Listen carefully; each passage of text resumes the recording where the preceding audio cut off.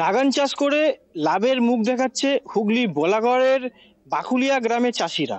Dragon ফল অত্যন্ত পুষ্টিকর এবং বিভিন্ন রোগ নিধনের ক্ষেত্রে অতুলনীয়। Cancer, heart attack, diabetes, sugar, চোখে চশমা নেওয়ার প্রবণতা, হাঁটু ব্যথা এসব রোগ নিধনের ক্ষেত্রে ড্রাগন ফলের উপকারিতা দারুণভাবে রয়েছে। এমনকি করোনা সংক্রমণের ঠেকাতেও ড্রাগনের ফল অত্যন্ত উপকারী। যেটা জানা যাচ্ছে, এই ফল চাষ করতে তেমন একটা সারের প্রয়োজন হয় না এবং তেমন একটা জলেরও প্রয়োজন হয় না। এবং যেটা সব থেকে ব্যাপার হচ্ছে কি, ভালো চাষ করতে গেলে প্রধানত জৈব সারের উপরই নির্ভর করছে চাষিরা।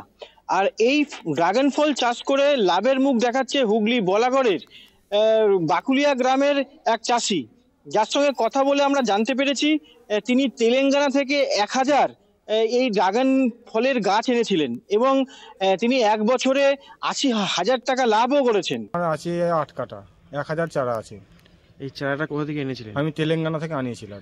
মানে কত পিস চারা এনেছিলেন? 1000 চারা নিয়েছিলাম। ওখানে 1000 20 পিস দিয়েছিল, মানে 20 পিস বেশি দিয়েছিল, 1000 এর অর্ডার ছিল ওখানে। এই চাষের পদ্ধতিটা কি?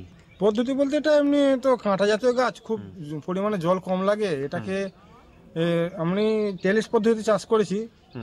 আর এটা লংজিভিটি হচ্ছে 20 বছর ধরে চলবে বলছে গাছটা।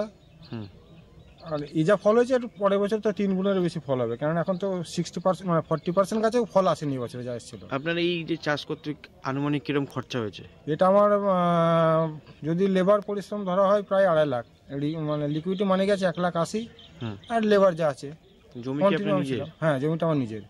এবার আপনি ফল বিক্রি করছেন কত টাকার? আমি 80,000 টাকার মোট ফল বিক্রি করছি। কোথায় এই ফলগুলো বিক্রি করেন? আমি ইনছড়ে একটা দোকানে দিয়েছি, আর কানলায় একটা মাত্র দোকানে দিতে পেরেছি, আর কাউকে দিতে পারিনি। বলাগড় আমার শহর থেকে দেবেশ চক্রবর্তী রিপোর্ট, কলকাতা টিভি।